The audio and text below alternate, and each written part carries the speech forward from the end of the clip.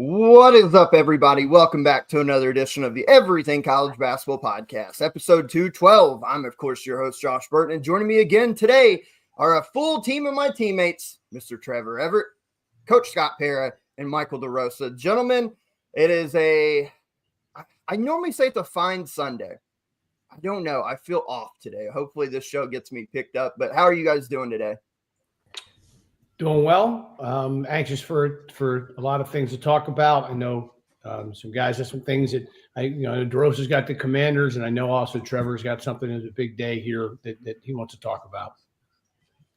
Yep. I'm good otherwise, other than the obvious that Coach just laid out. I mean, this personally for me, I actually didn't know you guys whenever the January 26th of 2020 happened. And the person that you guys on YouTube can see behind me, right above my head, actually, the entire time. That's not on purpose that it's perfectly above my head. But, I mean, look, the entire reason I watched basketball growing up as a kid with my friends and family was because of Kobe Bryant. This is a really hard day for me.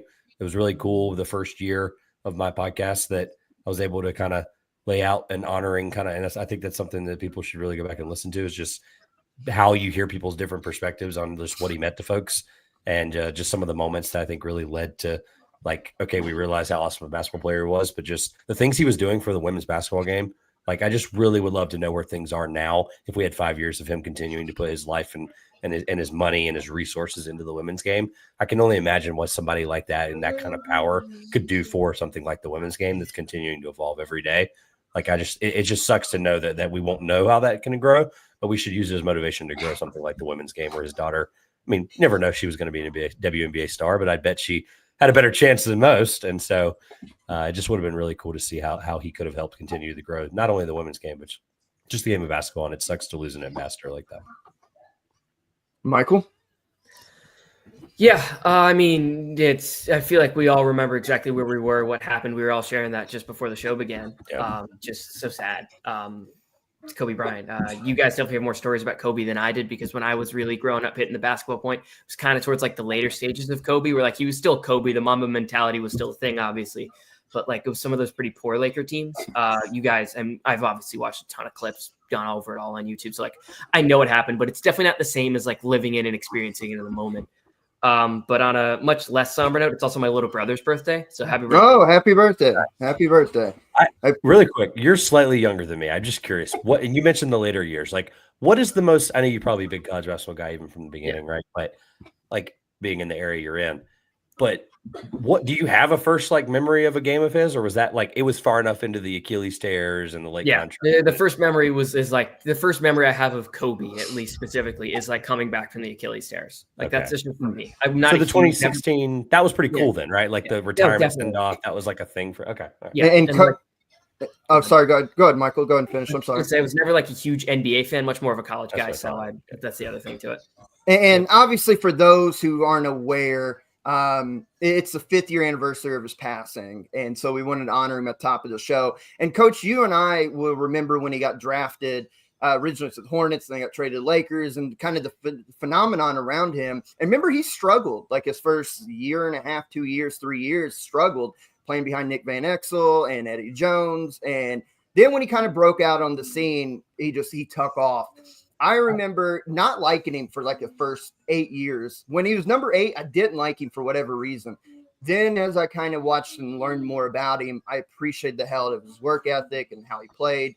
And then also, too, come to find out, for those who know me, I'm a huge soccer fan. AC Milan over in Italy. Kobe grows up in Italy for like the first 8-9 years of his life because his dad played over there.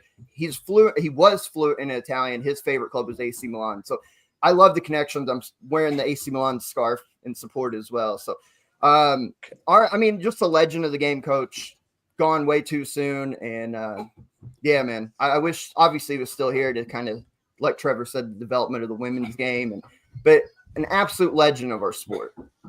I was in LA from 2000 to 2006. So Lord. I saw, watched, experienced prime time, Kobe Bryant, and have indirect kind of, without knowing him or having a friendship with him, his impact on James Harden. That was his idol. James James's idol, all those kids in LA. I was coaching Artesia High School. All the kids in LA's idols was Kobe Bryant, obviously. But James specifically was, and because what he's become. And so, James did, a couple business dealings with Kobe. They shared the same agent. I shared that before, I believe, in Rob Pelinka. And obviously I got to go to Lakers games at the Staples Center, during that 6-year period and watch Kobe play live many times. Wow. So yeah, it's obviously a tragedy and a day that will, nobody that in the world of basketball or that he's impacted will ever forget. And I'll even relate it to this, and you guys are too young for this, but when I was growing up, I was a huge New York Yankee fan living in Pennsylvania, 2 hours from New York, and Thurman Munson was my hero. Oh, I remember Thurman, what happened. Yeah. And Thurman Munson died on August 2nd, 1979. So just to show you the impact that date has on me, this date will have it. Same with you, Trevor, Michael, Josh. It'll be in 30 years. You'll never forget this date. You just won't. Can I tie this to college basketball before we move? I think Yeah. it's just a funny thing that circulates every few years. Where the heck would he have gone to college? Can we all just give an answer on that? I genuinely have an answer. I think he's even been quoted as saying this. Don't quote me on that. I think he said he would go to Duke, right? Correct. Yeah, I think. Yep. I think Duke is where he went. Yeah. That's what I was going to say. So I figured we all probably had a similar answer. Yeah. But because he doesn't really have a tie here until he got. I think that was what was so cool was Los Angeles became his because he spent so much time overseas. He never grew up somewhere, right? So that's why I think the AC Milan thing you brought up here on the screen is really cool. He just never had a tie to somewhere, right? College, you never had to. Philadelphia, maybe, but we wouldn't have gone to LaSalle, Temple. I don't know if that's he didn't feel connected to that city maybe as much. Although if he would have stayed in Philly and played, let's say at Villanova, he would have played with Kerry Kittles at the time. Yeah. That would have been those Villanova teams in the kind of mid '90s were pretty good too. That would have been have a better perspective, right? Because being in Pennsylvania, I don't know, he felt connected to Philadelphia, but not like that. To go to pick one of the schools, I don't know. I agree with that, but I will tell you. So he won his high school state championship in my hometown in Hershey, PA. Oh, that's so he won his state title, Hershey Park Arena, in 98. Beautiful arena, by the way. Beautiful arena. 97, 90. It would have been because he came. Well, no, he would have came out. He came out in the draft in '96, so it had to have been '96. Yeah, it was '96. Okay, so I won mine in '99 in the same building. And, the flex. Another relatable story, even though again that I didn't know him, but years later. So Hershey Park Arena hosted the state championships forever in Hershey, PA. Same building Wilt scored his 100th in. Okay. Yes. Well, there was a time I was gone. I had moved away. I believe I was at Arizona State at the time, and they moved the Pennsylvania State Championships to Penn State, which was not a popular thing. When you do something for 40 years, it becomes a tradition. Everybody comes to Hershey. The Hershey Kisses, when your team makes it, blah, blah, blah.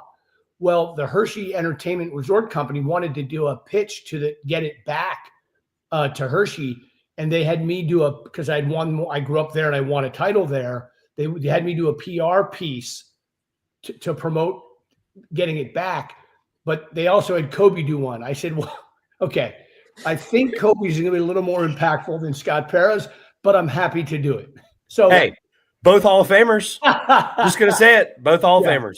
So, well, not the same Hall of Fame, but so I just wanted to. I did that triggered my memory that whole PA Hershey tie to Kobe. Even though I never got to know him.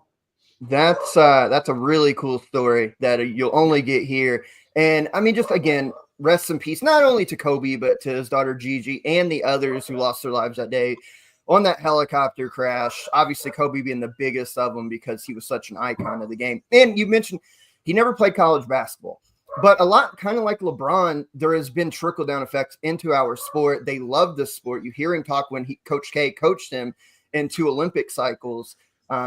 Followed the sport, obviously loved it, and so RIP to a legend. We wanted to celebrate him and really everybody, but him especially on the 5th year anniversary of his passing. So rest in peace, Mamba, on that.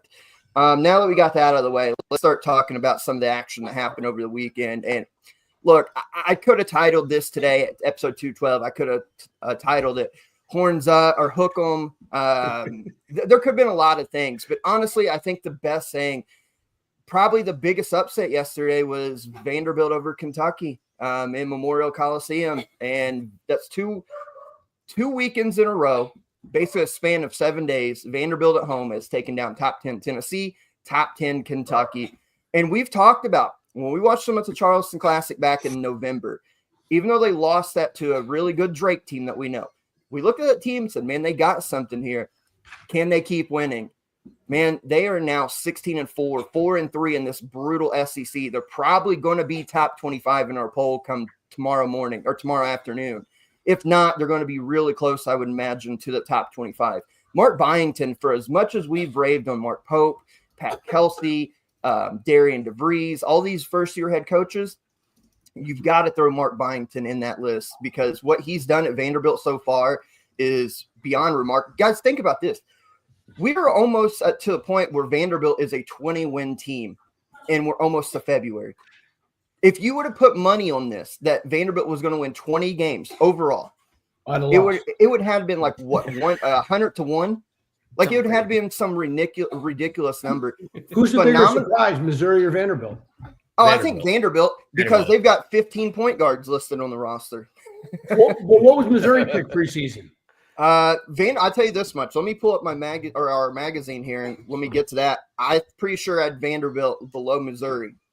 So, like a lot of people did, to be clear. Yeah, Missouri was 57th in Ken Palm. Vanderbilt was, I spelled Vanderbilt wrong. Vanderbilt was 86th.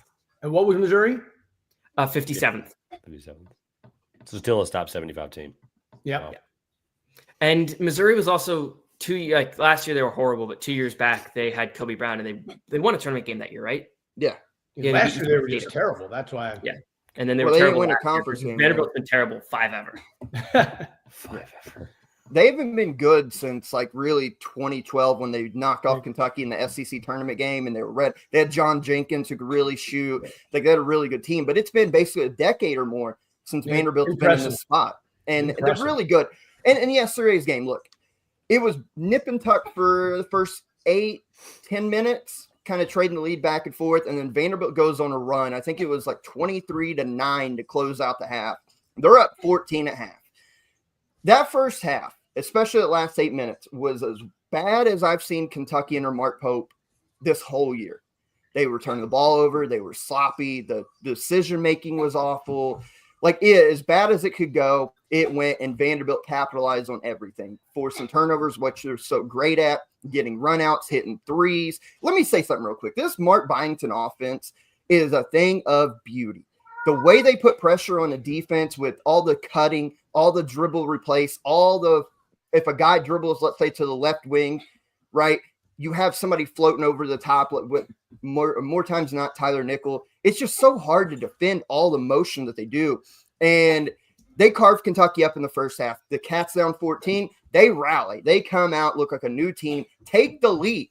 They were up 58-51. They started the second half on what was like a 24-10 run, took the lead, and then end up whittling it away. Vanderbilt makes plays, and then again, the final kind of 6-minute stretch there, Kentucky back to unforced turnovers where you can't even dribble, missing or taking terrible shots that you did not need to take, not rebounding, getting outworked on loose balls. Like everything just kind of collapsed in the final segments of both halves. Vanderbilt wins 74-69.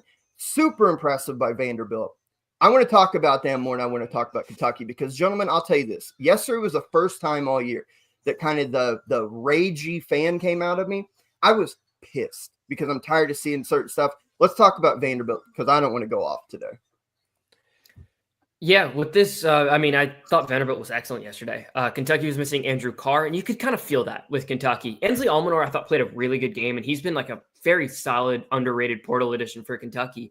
But they were missing Andrew Carr. Almanor can hit shots, but he's not like a guy you can go to when you're in one of those long droughts to get a bucket, to get the ball at the high post, face up, get a bucket, right? But on the Vanderbilt side, they were excellent. They forced 17 turnovers, and they only had 5 on their end. 21 assists. AJ Hoggard get the love that he probably should because he's coming from Michigan State and isn't the same guy he was at Michigan State. He's being asked to play a different role, be more of a facilitator for some of these other guys like Devin McLaughlin, like Jason Edwards, like Tyler Nichols hitting shots, as Josh mentioned. They've got dudes up and down this roster. And I think Hoggard just is one of those guys that kind of brings it all together. And I thought in this game, he was very, very solid. Only had 5 points, 1 of 8 shooting. So those are not good numbers, but 6 assists, just 2 turnovers, was really solid. Did enough what he could. And Josh also mentioned they run those replace actions a lot. Nickel was getting wide open shots, top of the key. Jason Edwards played well. McLaughlin played well. I like this Vanderbilt team quite a bit. They're a really smart team in how they play too. I really like this Vanderbilt team. They're a team that could surprise some people and probably win a tournament game this year with the right matchup, of course. Can I say? Go ahead. Sorry, Trevor. I was just going to bring up a player real quick. I think I know where you're going with it. So really quick, to his point about smart, right? He built this roster around intelligent players that know how to take control of the ball and know what to do with the ball. And you're probably going to bring up Jason Edwards, and I'm going to bring up Jason Edwards because okay, Tyler Tanner, freshman. All right, let me talk about Jason Edwards for a second because this is a guy from North Texas last year that I got a chance to see a handful of times in the Charleston Classic. So that was his second year in a row actually playing in that tournament. I just realized it's kind of weird. And he's incredible player, an incredible leader. And at North Texas, he was a very complimentary player, and he had to defer to Aaron Scott for a lot of those offensive possessions. And whenever you see in a time where he can really take control of a game and be able to be the focal point. I mean, he had 18 in this one, really efficient scoring, really efficient shooting. When he has the ball, he's in control of everything. Like he controls the pace. He controls how they're going to defend. He is one of the most impactful transfers in the SEC this year, just from hey, how can I elevate a team standpoint from one game to another? Jason Edwards is a guy I was really, really impressed with last year. And I'm sure Ross Hodges beating himself up that he left in the portal, but look, him, Mark Byington, it's an incredible pairing. It reminds me a lot of what Terrence Edward was doing last year. I know he was, Sun Belt Player of the Year, the whole thing, but it reminds me a lot of what he got out of him last year. And obviously the Dukes, as we know, were an incredible team because of those two. Coach, I wanted to talk about Tyler Tanner. You're talking about a 6-foot freshman that was not heralded, right there from the state of Tennessee. And he was awesome. He played 22 minutes, but down the stretch, he made every defensive play possible.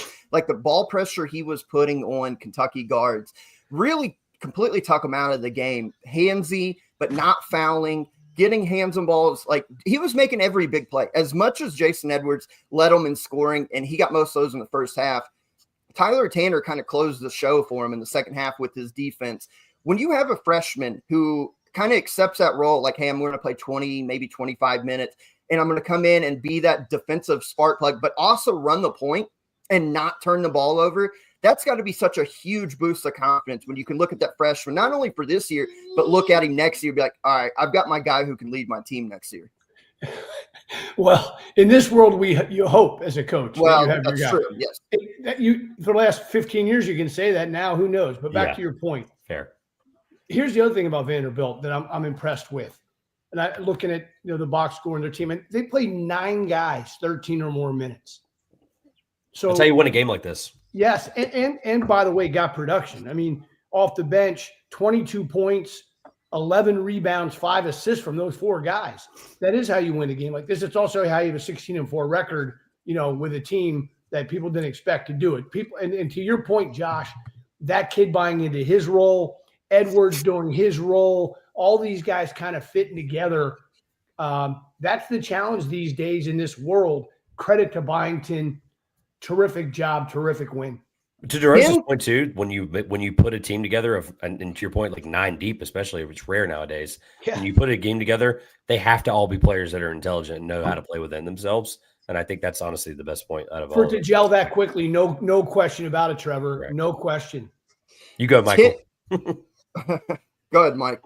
I was saying good point. I was saying you go. Okay, my bad. I was reading a text. Sorry. 10 steals for Vanderbilt. We talked about, how great they are forcing turnovers. 10 steals is a lot. And those are all fair game. Like those were, if you watch that game, they made Kentucky initiate their offense for the most part up by half court because so much ball pressure. They were denying when Kentucky likes to go on that action where they initiate with a big kind of posting up from the top of the key. Then they get into their zoom action. They were denying that. Most teams just kind of let Kentucky's bigs catch the ball. Vanderbilt denied, and really made life hell for them. Tyler Tanner was awesome in this game. Devin McLaughlin got MVP, 14 points, but the impact he had as an because this Vanderbilt team's not big. 6'7" is their two biggest. Tyler Nickel plays on the wing. Devin McLaughlin's an interior player, and battling for rebounds, sliding over in rotation, being there on the spot. Like, just, you got to give Vanderbilt so much credit. A couple other points I want to talk about real quick about this game. The refereeing. I've bitched so much, especially in SEC games, about the length of the game and all the fouls called. These guys heard me, I think, and said, we're not going to call anything. They had 3 total fouls in the first half. Kentucky had 2, Vanderbilt 1. They allowed these guys to play in mirror images of kind of styles with each other, tempo, shooting threes, space on the floor. No fouls hardly. There was more in the second half. End up being Kentucky 10, Vanderbilt 9. But when's the last time this year in an SEC game you've seen only 19 foul calls? Only 24 free throws being shot. They allowed these dudes to play. Now, did they miss some that probably should have been called? Of course. But they allowed these dudes to play, and we got a good game out of it. I wish most games would be called like this, because when we get an NCAA tournament, the majority of games are going to allow for extra bumps, extra just getting away with a little bit more and calling the right fouls. I thought this was a really good officiated game. I got to give them credit. As much as I bitch about them, I thought yesterday was a really well officiated game, and they allowed the players to win the game on the floor, not at the free throw line. I thought it was great. Well, to your point, what's crazy is you mentioned the first half versus second half, the disparity. The game was still 2 hours and 8 minutes. Yeah, like, there was shout out the stat broadcast for actually tracking that, because it's just really funny to see. Like, you're right, some of these games you brought up are like 215, 225. We're starting to get into like 240. No. There's been a bunch of them that's like 235 plus. Ridiculous. And I think that went over 2 hours yesterday because there were some extended stoppages. At the end. You know, they got to go to the review. They got to go to the monitor. I don't want to say what I want to say on Kentucky other than I'm really pissed off with some of the effort. I don't mind if they get beat.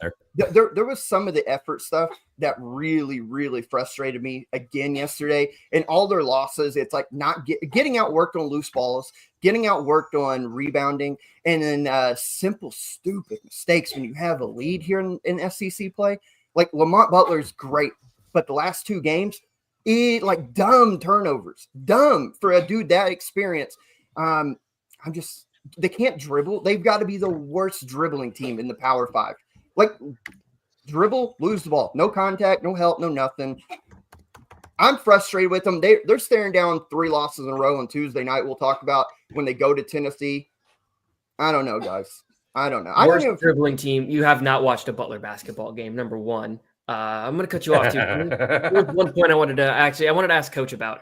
We know how the Vanderbilt court is like laid out really weird, right? Like, you coach from the baseline.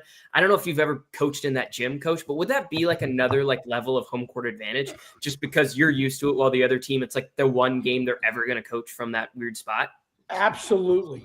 You know, and no, I never coached there, but I have talked to enough people that have, and it's just different. I mean, because it's nothing you ever do anywhere. I mean, it's never. So it's not like, oh, you do it 3 times a year or, 5 times a year, or you do it once. And sometimes you do it once every other year because you don't play them every year there because of the off balance now. So it's different. It's different energy. It's different. Your voice, it's different level of communication. It's different with the refs. All of it's different. And not to mention too, like we focus a lot on the benches being on the baseline, but if you look at the way it's extended out, it's not like the crowd is right there on the sidelines. Right. There's probably, God, I don't know, 50, 100 feet between the sideline and where the crowd is. You could fit a track in there. Like, it's like it used to be an indoor track facility. Yeah. And they were like, you know what? We should use this building for basketball. I just love it. It makes it look. Home court advantages are awesome. Makes college basketball fun. It's unique. It's weird, but it's cool. To your point about the home court advantages making it more fun too. Like, as you guys know, pro court storm over here. But like, even I see like the court storm grades. Ryan Hammer does them. It's really funny. Every time a court storm happens, he is like, hey, this out of 10. The students are a little slow. I go, they should get an extra point on your scale because it takes them 100 feet to get to the court. Like, it's insane. Like when they rush a court, it literally looks like they're coming from Narnia. Like they're over here and they're just all of a sudden, where are the students? And they appear. Yeah. They appear out of nowhere. It makes no sense, and it makes me laugh every time. Look, Vanderbilt in basketball and football for a long time has been in the cellar. How about this year? They get to beat Alabama at home in football.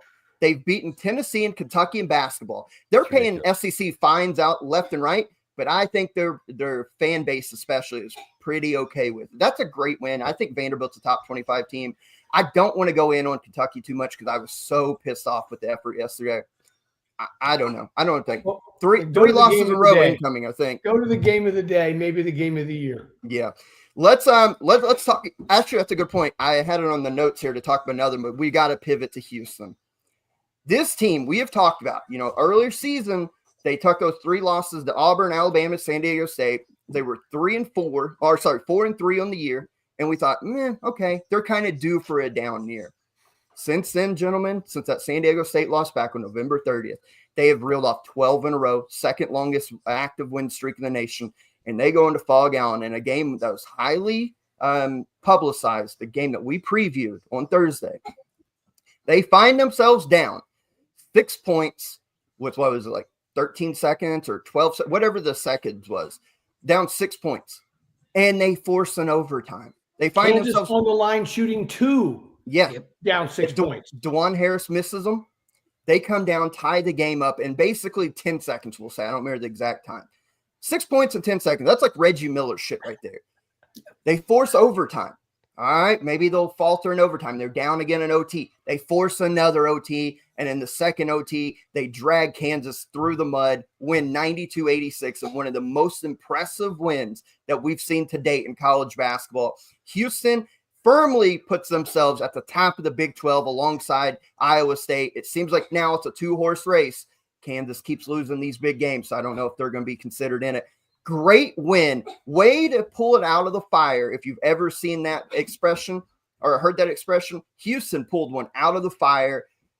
I don't know what the odds were, but it had to have been like 99% win percentage for Kansas. Yeah, at that point in time. Houston, great win. It shows their experience, their toughness. They are never out of a game. Here's the thing with Houston, and I think you guys will agree, and I may even text it to the group last night after the game because I know we were all kind of watching different games. Trevor's trying to educate me on 4 screens, and I don't know, my head's spinning. By the way, for the listeners, all I said was, let me introduce you to my friend YouTube TV, okay? Yeah. You can put 4 games on of 80. You can put 4 news channels on for all you care. Like, it is really awesome. Okay, I need to figure that one out. But here's the thing with Houston. Unbelievable win. Say what you want.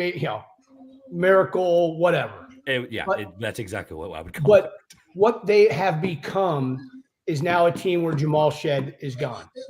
And Uzan has found his role, found his rhythm. He's not trying to be that kid. And they've all and they're deeper. And with that kid, the guy played who was hurt, even though he wasn't effective till the end. And then he was very effective. Sharp, yes. Yep. So, and their DNA is it's just an unbelievable DNA of winning. And sometimes you get lucky with that. And, Roberts was amazing. How Kansas couldn't involve the bound twice, but we've talked about this. We've talked about this on here. I told you guys over and over the biggest challenge, sometimes even for the best coaches, is getting that thing inbound late in the game. And they couldn't do it twice on their home court. Yeah, I think it's, again, like we talked about Vanderbilt, I want to talk about Houston in this aspect. But if you were Kansas, we've talked a lot about their struggles. They don't shoot the ball particularly well. Where has Hunter Dickinson been? And that's the point I want to ask all the panel here. I think at this point, and I know because his accolades and all that, I think Kansas's best lineup involves Flory Badugan on the floor and Hunter Dickinson off right now. Do you guys agree or disagree with that? I disagree. I think their best lineup involves Flory Baduga at the 4 and Dickinson still at the 5 because you can run so much offense through them. And they got a good game out of Ryland Griffin this game. He was finally. You're not getting a ton out of him. You're not getting anything out of AJ Storr. You're not getting much out of David Coit that I still think you need Dickinson on the floor. And I think Badunga, actually, I thought he played a very good game. One point I wanted to make about this game, just broadly speaking, the big-to-big passing was really good on both sides. Yes. Hunter Dickinson only had 2 assists, but like the way he was able to skip the ball, they'd skip, and then get an open look for a guy like Ryan Griffin. And he got fouled on a couple. He would add a couple more assists. Absolutely, 100%. And then Juwan Roberts had 5 assists. A lot of those came late when he was finding the bounce passes to either Javier Francis, big-to-big passing for just dunks. I thought the big men moved the ball really well. That was one of my takeaways aside from the obvious of, oh my goodness, how did this game end this way? And how does Houston just always find a way? I had actually big-to-big passing for a different game, so we'll get to that later. I think it was really good Saturday. I think there was some incredible, like, obviously, let's just lay out the fact that Michigan, even though they're bad, those 2 guys, obviously. All right, so a couple things. The sheer cojones that you have to think that you're in that game with 14 seconds left with 6 down. I mean, let's just call it what it is. It just, I mentioned it, weeks ago. And then I've, for Coach, like, you ask these 2 guys, like, I have been the biggest Houston truther on this podcast until Coach showed up, because he's coached against the guy and he's played against the guys. Like like that, you lived it, you breathed it, you understand it, right? What he has done to show up to this program that was in the American, to infuse culture and for it to stick. Coach Sampson deserves every bit of credit. We should talk about him for the next 10 minutes before we move on. We are obviously going to do that. The other thing I want to say too is when you think of just like how it happens too, like this is I just lay this out really quick for you guys. This is their 2nd worst offense since 2020, statistically. Like, absorb that for a moment and realize that this team, we think, is better than a team with Jamal Shed, and it's statistically their 2nd worst offense since the COVID season. If you go back further than that, it's actually probably even longer. And the point I'm making is we know how good the defense is. At one point, they were pacing as the best defense in KenPom history. That may not obviously subside since Duke's ahead of them. But the fact that it's a combination of guys that we trust, we all say that they're deeper, and yet they're still able to string it together as many games as this is their last loss in Big Ten play was in Kansas last year. Mm-hmm. Like it is not far-fetched to think that we've all said this could be their best team in a long time, yada, yada. But like in a year where things change constantly, guys can reload. It takes guys time to come and build up. Like who's on, like you guys said, from Oklahoma. They even mentioned on the broadcast that they had to put him through the fire. They literally had to put him through the fire all summer and kind of get him up to speed. But as you guys know, Coach Sampson doesn't recruit guys he doesn't think are going to be part of the program. He said it to me, like in an interview last year. Like he does not bring guys into the program that he doesn't think are going to compete. No chance. It's the truth, right? That's why he holds such high regard for Shed and Cryer and how those guys are as men. And so, long-winded point here, but to land my plane is this is the best Houston team we've seen in a long time, and they're best poised right now because I think matchup-wise, they can match up against anybody because their offense is going to get better. The 4 teams ahead of them, I think they can all win in a Final Four scenario, and they can win the national championship. There's no doubt in my mind about that. And it's in San Antonio, so it's not that far-fetched. I think it's far down the road. I think that, I don't know many teams that would be able to match up with them because of how versatile they are on both sides of the ball. Well, I just went on about Kentucky, like getting outworked in these games that they lose. You're not going to outwork Houston. Like that's in their DNA that you talked about. And how about this, Coach? They win a game that they're obviously down 6. We talked about that, but they still win a game where arguably their 2 best scoring options, LJ Cryer and Emmanuel Sharp, combined for 17. That's it. They didn't on the road in one of the hardest places, if not the hardest places to play in all of when they can get Cryer and Sharp playing together well, it's over. Like there's not many teams that can beat them. You have Cryer and Sharp, who there's 2 best scorers in my opinion, combined for 17, and they win on the road. That's impressive. Do you see how many times in a row Kelvin ran the same play? Yeah. Slip away, ball screen, hit Roberts, drive on Dickinson, score. I mean, they put him in a blender. They did. I love Kelvin for that because sometimes we overthink all this shit so much. Yes. Just keep it simple. Mm-hmm. I think so many times coaches don't go back to things that worked earlier in the game because they think it's not going to work again or twice. You outthink yourself, right? Come on. He just said, slip away, ball screen, hit Roberts. Now, Kansas finally switched Dickinson off of him, finally, took long later.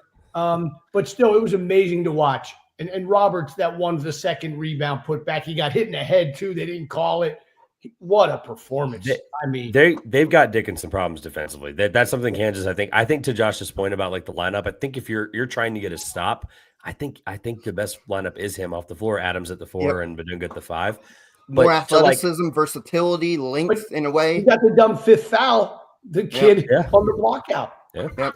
To not build Houston up entirely, and people think I'm like smoking the Houston crazy pack, but like they have a free throw problem and they've got to work on that. They understand that, but coaches are always going to say every time like we're in practice, we're a better free throw shooting team. We'll get it right. Like you hear that stuff, you get it right. I mean, look, offensive rebounds. That's not a thing that I would think that they give up as much, but that's something that maybe could have lost them this game down the stretch a couple times. I feel like that Francis is going to be able to get in there and do whatever he wants. Roberts is going to get in there and he's going to kill somebody before he lets somebody else get that ball. We know that, right? Like Roberts, talk about a guy from like point A to point B in 6 years of development. Like they said on the broadcast last night, they obviously exaggerate things very heavily. Coach probably remembers what we're referring to last night. But look, he showed up to Houston and they made it sound like he was like from a third world country. First of all, he was a good basketball player showing up at Houston. Let's just start there. But like, they're not wrong in the fact that when he got there, he was not the same offensive player that he is now. No, he's been through a lot. He's been injured. There's a reason he's been there 6 years. And that's somebody that has been through it. And that's somebody that can lead you. Think about the teams recently and the kind of leaders that they had to win a national championship. Obviously with UConn, it's more leader by example of a coach, obviously, as we know. But he's a guy that can, if he's the one leading a team and he's the one helping them get through those Final Four moments when everything's really hard and 100,000 people are staring at you in that big arena, like I think he's a guy that can get that done and help them. And that last night, I think, proved it. Kansas, to put a bow on this, DeRosa, Kansas, we've talked a lot about their scoring woes and Big 12 play after last night. 3-point percentage, they are 11th. They're only shooting 30.6%, and that's with a 9-make performance last night. Obviously, 5 comes from Rylan Griffin. If Kansas cannot figure out the Dickinson issue and they cannot figure out how to score the ball, especially from the 3-point line, I don't know how you trust them in the NCAA tournament. Agreed. And just wanted to make this point real quick because I saw Evan Mai, who's one of like the advanced numbers dorks, the best. Going on and on this week about how people always say Kansas isn't better with Dickinson on the floor defensively, but the numbers don't back it up, that Dickinson's defensive numbers are good. That's why I'm a numbers guy as well. Not obviously to the half the brain power of him, but I'm a numbers geek as well. But I think that's why with defensive stats in particular, you have to also watch the game. That there's so much going on defensively that it's like, okay, yeah, they might be better with him on the floor, but it's because KJ Adams can guard 2 guys or because this guy, there's so much more to it that even Brad Stevens way back in the day said, and Brad Stevens, we know the basketball mind as smart as he gets in this world. He said, like, if anyone gives me a paper with defensive analytics, I just throw it out. Right. There's a reason for that. It's so hard to map defense. Well, and to that point, too, it's like Dickinson could get put in a blender on a pick and roll and still block a shot just because of his length and stuff. But if you watch the play breakdown, he was at fault for a potential layup. So, yeah, I'm with you on kind of defensive numbers there. Kansas has a problem. Houston is looking like the real deal. And that's 6-point deficit in 10 seconds. Phenomenally. Individual defensive numbers that should add. You can do defense with teams, obviously, but like individual one guy, it's hard to attribute what to what to. To your point, I mean, literally to your entire point, I pulled up Evan Mia himself. Player rankings. I've talked about him before. You've talked about him today. He has the highest defensive player rating for Evan Mia. Hunter Dickinson does, and we know that that's not true. Harris is second. KJ Adams is third. Badunga's fourth. Chigo Moore's fifth, and then so on all the way down to Juan Roberts doesn't think so. Yeah. Actually, let me, you know what, now that you say that, let me just look up what Houston's is. I'm just curious, like who it is. And that was Tugler leads them in defensive rating. At almost 5, which is one of the highest in the country. Yeah. According to Evan Mia, Tugler's the 3rd best defender in the country, like statistically. That's so hard, yeah. Which is, I know, it's just one of those things. Like, but that just shows you, if we talked about Roberts for 10 minutes, and Tugler's supposed to be the best defensive player. Yeah, no, those two together, it's and that's why I'm saying with Adams and Arsenault and Sharp, and I mean this Cryer, they are deeper. They can win games where those 2 guys don't score, Josh, like you talked about. Mm-hmm. It's ridiculous. They're scary. They're good. Very scary. Impressive win for Houston. They look the part of a top 5 team in the country right now. Let's move on. we had another terrific top 10 matchup yesterday. The return of Johni Broome to Auburn. And would you be surprised if I told you he played 33 minutes when Bruce said, if he plays, we're going to be a minute restrictions, maybe 20. He plays 33 minutes, gives him 16 points, 13 rebounds, 4 blocks. Like, he's back. He missed a handful of games. He's right back to form. Auburn pulls one out of the fire in their own right because late in that game, Tennessee held a 51-49 lead with under like 20 seconds to go. And Broome gets it. Kind of ball gets tipped, but he has the wherewithal before falling out of bounds, finds Miles Kelly in the corner. Kelly buries the 3, puts him up 50. What did I say? Puts him up 52-51. Yeah, I'll get that right in a second. Then Tennessee misses a shot. Zakai Ziegler has one. He misses it. They fouled the whole deal. Auburn survives 53-51. Kind of what we expected. Tennessee does not allow a lot of points. Auburn, it does not mind getting stuck in the mud. And I think if you go back to Thursday's show, I even mentioned that it would not surprise me if these two play a game under the 60s, because if you look at their last couple of years, they played that game last year in Thompson Bowling where the final score was like 49-47. So they have a history of playing these grind it out, kind of get it in the mud games. Auburn, all they have to do is keep finding ways to win. They're the number 1 team in the country for a reason. They moved to 18-1, 6-0 in SEC play. That I won't say it was a pretty game.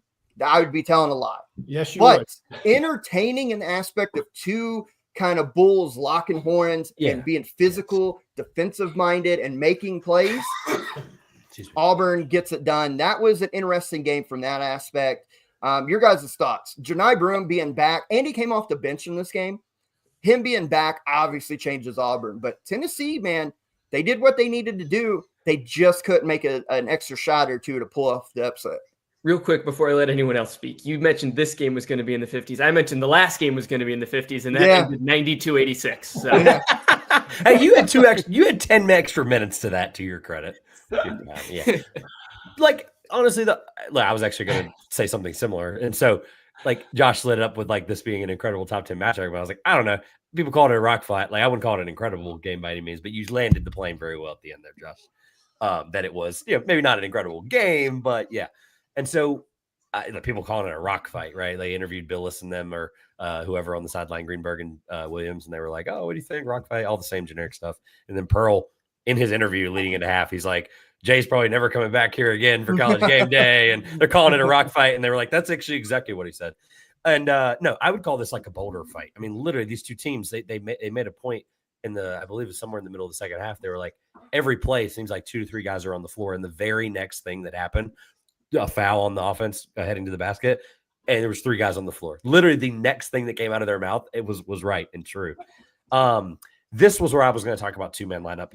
There might not be a better pairing of guys that offensive rebound, position, and defend themselves and can defend themselves very well with Broome and Cardwell. That might be the best. I've talked about it after Maui and like how Cardwell kind of really talked through like what he felt about it being a teammate and kind of like how those guys trust each other now and realizing, okay, if we're going to win a championship, Broome's going to be the guy. And he had to kind of live with that decision.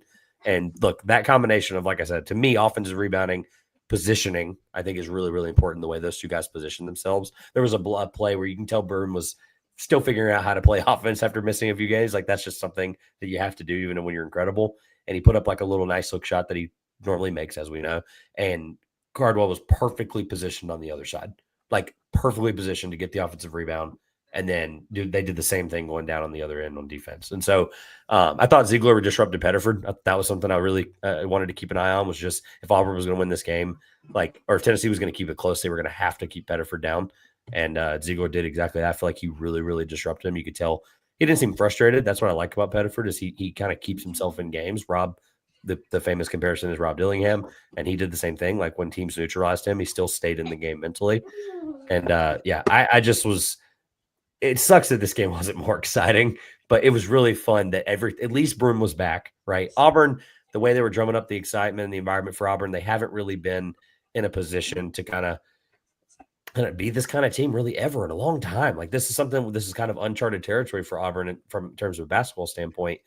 And in general, I'll bring it up now so maybe you guys can bounce off of it. I was going to bring this up in the open before we did the Kobe thing, but since these two are SEC teams, this is a perfect example of no matter how Tennessee's playing right now, if they figure out how to, like, their offense obviously right now is not good. We all agree on that. But since seeding in the NCAA tournament began, one time ever has the SEC had multiple number 1 seeds, and we just saw 2 of them go at it. We see 2 of them go at it almost every other night. And so, like, it's one of those things, like, I don't really have a super solid point, but addressing the fact that the SEC is this dominant and this hard to play on a night-to-night basis, like, they have something to do. They have a chance to do something completely historic here and have multiple number 1 seeds, and we saw 2 of them play last night. Yeah, so a couple things. Listen to you guys talk about this. I was most surprised because, look, we both know the athletes, the defense, the physicality of the game, the shooting percentages were awful, blah, blah, blah. I was surprised they didn't look to attack and transition more with all the missed shots. Like, I think, look, I know they missed some in transition too. I understand. But I think you can steal some there in games like that where you got to look, if you're going to get some defensive rebounds, like Tennessee only had 8 offensive rebounds. I mean, it's not like they were rebounding their misses. And the lack of transition points, I think, is what kept this thing so low. And the game had no rhythm. At halftime, they were 1 for 20 from 3 combined, right? Yeah, and they ended 7 of 42 from 3. Yeah, I mean, they got hot in the second half and went 6 for 22. I mean, so that was my surprise. But yes, Trevor, to your point, 2 terrific teams, 2 both capable of being number 1 seeds, both being capable of making Final Four runs. Broome, to me, most impressively, was the 33 minutes.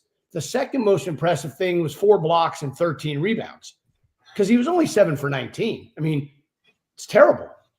Yeah. But his rebounding and defense and presence helps win the game. 7 offensive boards too. And to your point, it's actually another question I wanted to ask you, Coach. How do you make, like, a player like Johni Broome in a game like this? I mean, you know how important he is, and he's coming off an injury and he's on a minutes restriction, but like the game gets late and it's like, we really want to win this game. It means a lot. How do you balance that? It's something that's gotten me. Two ways. It's a great question, Michael, because I've had to deal with it. Trainer and kid. So look, Broome's an older kid, right? You hope that he understands the gravity of the situation. You know how bad he wants to compete. You have to respect that. And then you have to listen to your trainer, like in timeouts or at halftime. Where are we? Like at halftime, I'm sure Coach Pearl and the trainer had a talk, maybe even with Johni. I don't know how many minutes he played the first half. Maybe, I don't know, 15? I don't know. But that conversation is that how you feeling? What do you have left in you? Should I use the media timeouts to get you out before those?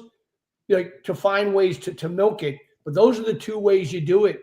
And trust with an older kid, especially younger kids, you got to be careful. They'll just say shit, because they think that's showing you that they're tough when really it's just being stupid.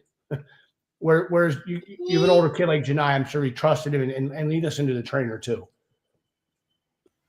Real quick, I wanted to bring up and ask you this, Coach. We talked about Miles Kelly hitting that huge 3 that ended up being the go-ahead 3.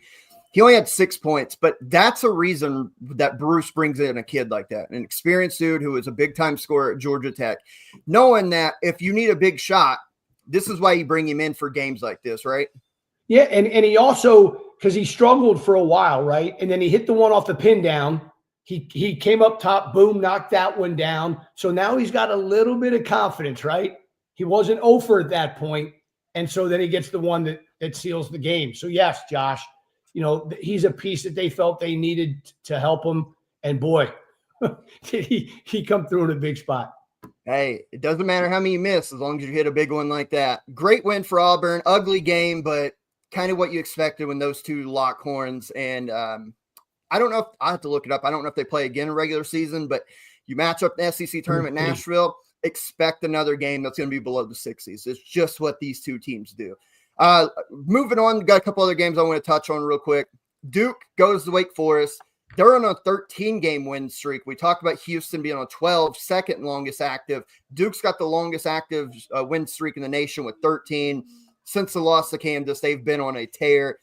They found themselves in a little bit of trouble against Wake Forest on the road. They were up like 7 points. Wake erases that, takes the lead. Home court is cooking. And then Duke settles down makes play after play after play.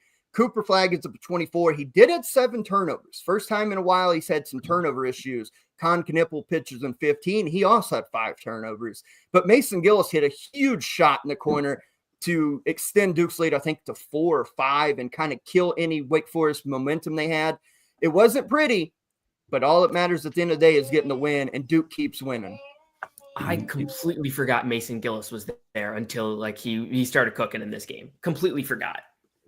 How about a guy absorbing a role? Like, that has been one of the coolest things about, like, I mean, I've got a chance to see this Duke team a handful of times, and just understanding like how this roster construction, the whole Shire's the recruit of the year thing. Like, that's how like coaches have to recruit. Like, I hated that comment from whoever it was. Like, oh, Wally Zerbiak, he was like, he's the recruiter of the year. I'm like, yeah, that's how it works. You recruit guys and you figure like he's one of the coaches of the year. Like, we know that. You mentioned play after play, just getting it done. I think that's the thing that has improved for them mightily from start to finish from the last loss, was their execution in these late game situations is just getting better and better and better. The issue is this is the first time in a while they've had execution in the end of the games that they had to worry about. So, obviously it's in sparse right now, but obviously they're going to just roll through these teams. Like, if they can't lose at Wake when Wake is like, Wake got that game exactly how they wanted it. Like, Wake knows they can't outscore opponents. Like, I have real concerns about their offense and where things are headed. And obviously, NCAA tournament resume things are starting to creep into conversations because we're less than 50 days away, which is crazy, from Selection Sunday at least. I believe it's 48 days today. But at the end of the day, I have real questions with just like, look, Duke's defense is good. You have to give them credit for putting that game that way, but Wake wanted that game to go that way. Wake wanted to be in that game late with the crowd behind them, and then somebody make a shot, probably Salas. And I have real concerns about Wake's offense, but Duke's execution has been incredible. That's been the thing I think has improved, which what makes it so impressive is so many freshmen. Yeah. It would be 49 days, by the way, because we are on a 49. Sunday. 49. I think it's exactly what Shire wanted and needed. And got the win, of course. But they needed to be pushed. They needed late game situation. They needed all that. And plus, the listen to the press conference, right? Shire went zone. He made an adjustment. Thank you. He did. And it was the second time all season they did it. Yep. Second.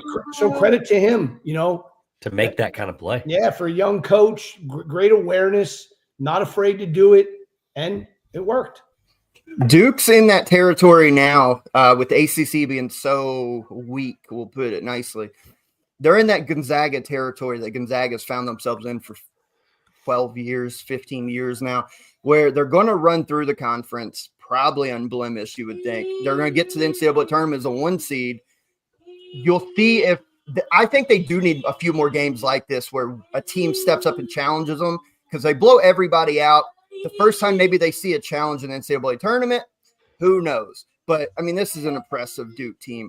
A couple more I want to just touch on real quick is Texas's upset over Texas A&M, coach. The Longhorns at home found themselves down double digits to a really good A&M team, and Trey Johnson pulls them out of the fire. They were down 51-29 at 17-minute mark left to go in the game. They come back for a 70-69 win. Trey Johnson 30-balled them. Impressive win for Rodney Terry's group. That kid, I told you I saw that kid live. That he's a dude now. He's making money at the next level. He's playing on TNT on Tuesday nights or whatever. He's making money right now too. That's the awesome thing about it. He's gonna make a lot more. A lot more. He's very talented. I stopped checking the score at 51-29, Josh. I couldn't believe when they saw they won. I could not believe it.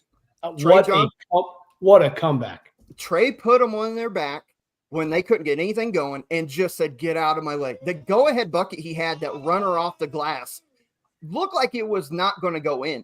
He gets it, like scoops, I think it was off the left-hand side, maybe even with the left hand, kind of skips it off the glass, and just perfect. Once a kid like that is so talented gets that momentum rolling, there ain't shit you can do about it most of the time. I don't care how good a defender you are. You give a kid confidence that he sees the basket as big as an ocean, good luck. Good luck stopping him. Phenomenal performance. DeRosa, Trevor, anything on this? Because epic collapse by A&M. Make no mistake about it. But Trey Johnson absolutely willed the Longhorns to a much-needed SEC win. I, like the rest of America, and the only people watching this game in the final 8 minutes were people who live in Austin. Like, that just is what it was. I turned it on. I legit was watching this game for most of the game. And I turned it off with like 9 minutes to go. I was like, this game's over. I have 4 things, Coach, I can put on the screen. I have 4, 1, 2, 3, 4, right in the corners. And I was like, Texas ain't getting any more time. This is not happening. This is bad. It's over. I have a second screen on a chair next to it, and I was like, they're not getting that screen either. I was like, this game is over. I'm a Texas A&M apologist out of the 4 of us, right? Michael and I were talking a few weeks ago, and I mentioned where I had him in the preseason. And he was like, all right. And I was like, yeah, I believe in him. I really do. This is a game you cannot lose when you're up that much. It just is. I'm not breaking any news here. I'm not adding much to this because the final 8 minutes, I'll just be honest, didn't see it because I was like, the game's over. They've won the game at Texas A&M. And it's an absolute utter disgrace and collapse. And my only thing I would say is just I think the Terry discourse is a little bit interesting around the whole he's a guy that complains about horns down, and everybody in Texas complains about horns down. It just is what it is. It's kind of annoying. It's actually kind of disgusting how much Texas fans get so upset about horns down, and then when they want to do things in the other direction, they expect no backlash, and it's one of my least favorite fan discourses right now. But Terry was like sticking his tongue out in the line and like doing all kinds of things, and I was like, if you're upset about a little hand signal, like you shouldn't be in the layup line sticking your tongue out at people. Like it just isn't. I just wasn't happy with that result. But look, in the emotion of everything, it happens. Whatever. We had a layup line or like a handshake line yesterday with North Alabama get blown up. Like we know how those things can go south like that. It just wasn't a good look, but a great win for Texas. And man, this Johnson kid is unfreaking believable. Yeah, I also didn't. This is the one game on the rundown I just completely missed. I watched it. Didn't watch the part. I should have. Really? It's like, all right, I don't need to turn this on. I've got a couple screens, but like it doesn't need to be there. But just to the point on Texas as a whole over these last 4 games, they went at Oklahoma and won. Don't remember the loss, and then they beat Missouri at home, and then they just beat Texas A&M at home. So maybe this is that trajectory they needed to maybe. My question is though, like, what seed? Like, if let's say they get in, they're 6 through 9 seed. Probably not that high, right? But say they get somewhere in that range, they'll probably get the SEC bump, get like an 8 or a 7, right? Like, is this a team you're like actually worried about? Like, is this a team? I know recently the wins might give you that impression. I just don't know if I'd trust them in like an NCAA tournament scenario to make a Sweet 16. I just don't think I'd this team pick against them in the first round. I can tell you 100%. I would pick against them. Let's say they're 7 and you get a 10 seed, depending on matchups. But here's the thing, Coach, that you know as well as anybody. A team that talented, and make no mistake, this is a talented Texas team. If they figure it out and they just get in the tournament, would you be shocked with that talent and a Trey Johnson, that's NBA talent he is, can go off and kind of will them to a couple wins in that tournament? I don't think I'd be that surprised. You're on mute. Sorry, I absolutely understand everybody's points. But I know I wouldn't be surprised because we have seen individuals in an NCAA tournament get hot and carry teams for a couple wins. Sometimes carry them even further than that. But like Trevor and Michael have said, I think so much of it comes down to those matchups, right? And that's what the NCAA tournament is. And obviously we'll talk about that so much more as we get closer to it. But Trey Johnson's capable of getting 30 on anybody, maybe 40 against some low, mid-major team if they get him in the first round or whatever. And so, yes, the talent-wise they have it. But like those two said, I don't know if I trust them, but capable, yes, Josh. Yeah, I mean, that's a good win. And to Michael's point, they've won 3 of the last 4. Yeah. Oklahoma, Missouri, Texas A&M. Missouri and A&M, 2 ranked teams lately. They did get blown out by Florida, but everybody's getting blown out by Florida. It seems impressive by Texas. And look, they've got winnable games on their resume. Like, they go on the road on Wednesday night at Ole Miss. That's going to be a tough one, but winnable. They play LSU, Arkansas, Vandy. They can win their next 4 games, by the way. Let me just put that out there. They can win all 4 of those games. They absolutely could. And then that puts them at 18-6, and we're talking about them in a completely different light. Yes. No doubt. We'll see how it goes, but it looks like Texas may start to figure it out. A couple other games. Real quick, to my point about their tournament part of it, just to keep in mind, I tried to find somebody we like that, unfortunately, because of some of the impactful games today, nobody's actually done a true bracket until tonight or tomorrow, which makes sense. JBR posted one on the 24th. Texas was the first team out, the literal first team out, right behind them, North Carolina, UCF, Arizona State. And his exact quote was, Texas and North Carolina are both good. This is North Carolina included as well, since they were on top of each other there, are both good enough teams to make the NCAA tournament. But as we sit here today, both fall into the category of, quote, didn't take advantage of the opportunities you were given. And the SEC, like we just said, if they win those 4 games in a row, like I think they're capable of, that's right there. That excels you the rest of the way. Of course, absolutely. We don't spend a lot of time because we do have to move on. I want to touch on something. Purdue on Friday night. I picked Michigan. I thought Danny Wolf. We talked about Purdue's this. Purdue put an absolute beat down on the Wolverines. It was personal. Like it just was. It was absolutely personal. Like that's as bad as. Honestly, that's as bad as we've seen Michigan all year, and Purdue put a hammer down on them. So big win for the Boilermakers, bouncing back from that home loss earlier in the week. Is there any other games that caught your eye real quick you just want to mention before we move on? I have one, and I have one very important thought that I hope we don't get too far into today. By the way, one thing about Dusty May, just the fun part about that game that I really enjoyed is he not the most calm, collected person, whether they're down 30 or up 30? Like you could literally get rid of the score bug for me, and I just show me a shot of Dusty for 3 minutes at a time, and I'd be like, I can't tell if they're down 30 or up 30. It's my favorite thing in TV right now.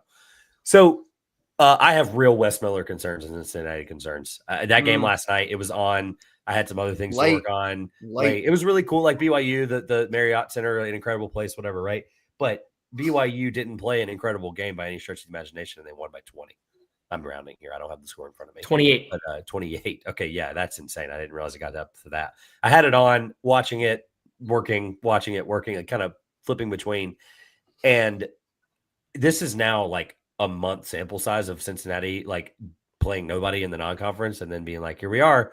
We're going to now play this Big 12 schedule that we think we're prepared for, and they're not. And I just have real concerns. Their offense is lethargic, and it has not been good. And now a full calendar month. My game is Xavier UConn. Oh, there you go. Yeah. I watched that one wire to wire as well. Just a terrific game. And look, we've talked about Xavier a lot for different reasons. And now with Fremantle back, they're obviously just totally different. And UConn not having McNeely makes them totally different. But this was a heavyweight fight. The Cintas Center was wild.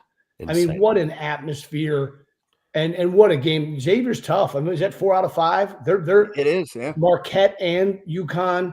I know they got Creighton coming up, another big one for them. They're fighting to try and, fighting for their bubble life or whatever. But what a fun game. Sean made an adjustment, a change on the last possession to get the shot clock violation. He switched 1 through 5. They almost messed it up if you watch the replay because the kid closed out late. And it actually caused the extra second and shot clock. But terrific job of Sean. Big win by Xavier. Hey, look, Xavier's like Texas ran. 8 losses don't look great, but they've got marquee wins now. Marquette and Connecticut. You go get Creighton on the road's another big one because Creighton's kind of surging right now. Like they could, let's say they get 10 or 11 losses, but they've got these big wins. They're on that bubble on Selection Sunday 7 weeks from today. Like they may find themselves in the NCAA tournament now when 2 weeks ago we thought there's no chance in hell. Hey, Coach, do players only meetings work? Did you ever have any? All jokes aside, did you ever have any in your time ever? Yes. Okay. Yes. I just thought you'd hear about them, and I'm like, all right, this is probably not newsworthy, but it's just funny. Did that bother you, or did you think, oh hell yeah, finally we're taking accountability? It depended on the group. That's exactly what I was going to ask. It did bother me with my one group early in my career. I won't get specific. Because I said, if the wrong player's speaking, we got problems. Because I don't want anybody listening to them. I love how too in the span of 30 seconds I went from I have real big Wes Miller Cincinnati concerns to be, and then immediately we pivoted to Sean doing an incredible thing, and Xavier. I'm sure Xavier fans are going to hear this, hold on to this for 5 days, and just be elated that we did that. I remember telling Trey Murphy, close your ears. And Trey's doing okay now. So yeah, that's awesome. That's awesome. Michael real Big quick, East, that's your Big East. Did you watch the game? Sure. Yeah, I had the game on the second screen for the entire time. I thought Xavier kind of outplayed him almost the entire time. Yeah. Solo Ball made some plays, but the defensively, and I thought Dalen Swain was excellent in this game. I thought he was spectacular. And Coach Hurley said in his post game, yeah, this kid could play pro. Like, This was the first game where I felt like you saw that. There was a lot of buzz on him being like, oh, yeah, this guy's an NBA player. This Xavier team's going to be awesome. They're going to win 700 games this year, Final Four team, whatever. Like, that was definitely a little too far, but that was the first game for me where I saw it. It's like, okay, I can see why people gave Dalen Swain the NBA buzz. I can see it. He was great. It's a really good win. Xavier trying to scratch and claw to the NCAA tournament 7 weeks from today. We'll see. I think they obviously still need a couple more wins, but they put themselves in a spot now where they're in contention when 2 weeks ago they were not. What we want to do, go ahead. Maryland just took the lead on Indiana in the last 10 seconds. I've got the game. I was going to mention that. Indiana was up 77-74 with do you remember my take on it last 15 seconds to go. And then now you say that Maryland's up 79-78. Final play, Indiana's driving. It looks like maybe a foul. Oh, you're kidding. Can't tell. We'll keep that update. 2 or 3.9. It's hard to tell from my screen here. Remember my bank on it last week about the Northwestern game? Look how that went. I know. Yeah. Indiana, let's be honest. So Indiana, they're going to lose those games, but then they'll turn around. If let's say they beat Purdue and they beat it, like if they pull off the win here against Maryland, they're going to be on the bubble. They're going to be in NCAA tournament contention the rest of the way. But Indiana, right. They're not beating Purdue. No, no. That's not a tournament team. Sell. I love Sell. No. Buy sell. Yeah. Let's do it. Let's do buy sell right now. No, I'm joking. Look, it's a rivalry game. Anything can happen. It's all. So Purdue just get by 30. Like the final play is about to go on now. Corner three. Misses it. Maryland wins. So Maryland holds on for a 79-78 victory. That was an awful design. I couldn't tell. It looked like I couldn't tell who got the shot, but it was not a good look. You're like telling us like this. Yeah, it was not a good look from Indiana. Corner fall away three when they're only down one. Probably should have went to the rim. But what I want to do now, because we do have to move on, let's show some love to our sponsors this year over at W Energy. W is a clean energy drink that is made to give you focus with no crash, jitters, or angst like other energy drinks. They have no maltodextrin fillers and don't use artificial dyes. W contains vitamins, amino acids, a nootropic, and 150 milligrams caffeine. Their product is made in the USA and an FDA-inspected facility that strictly adheres to GMP manufacturing guidelines. If you go visit www.w.gg, find yourself whatever you want. They have really good stuff. I've mentioned it before on here. The drinks are really smooth. The little pouches, and if you get the containers, the scoops, mix them with some water, shake it up real good, nice and smooth. It does give you an energy boost. Go find whatever you like on their website. At checkout, use promo code ECB10. You're going to get 10% off of your order. We appreciate the help of W, and I know they would appreciate you going and visiting their website and grabbing yourself some really good energy stuff. I was really pleasantly surprised with them. Let's move on to this upcoming week. We have, again, broken record, big games this week, guys. Early week, big games. Let's start on Monday in the Big 12. Number 3, Iowa State, who found themselves down yesterday to Arizona State, rallied, got a comfortable victory on the road. They stay out in the state of Arizona tomorrow night. They do play this kind of surging Arizona Wildcats. I think this is an interesting matchup, Coach. And I think because Arizona in the last couple of weeks in conference play has started to show a little bit of sign of life, you know better than we do that building down there can be very volatile and hard to go try to get a win at. Arizona is rolling. They've won, 1, 2, 3, 4, 5, 6, 7, 8, 9 of their last 10. I think this is an upset waiting to happen with Iowa State tomorrow night. I think it's a really big game for Arizona. Like, I just think they've kind of gone on, high expectations, then kind of didn't play well, and now they're kind of hot. Can they beat a top-tier team, especially in McHale Center, which you're right, the place is a very tough place to play. We're fortunate enough to get a few fun wins there, which will piss off the Wildcat fans. Do it. Is it a cool place though? Is it as cool of a place people say it is? I keep hearing that. It's up there. Yeah, the atmosphere is the building itself is not special. Okay. That's a lie. I think in the last 10 years they've really upgraded. It's good clarity though. I get what you're saying. But it's way better than it was back when we were playing there. But the atmosphere and the fan base in Tucson is legit. Here's the thing: just like a lot of these places, it's the only show in town. It's true. Yep. U of A basketball is that city. And so they got behind it. What Lute Olson did there was amazing. That's for a whole nother show.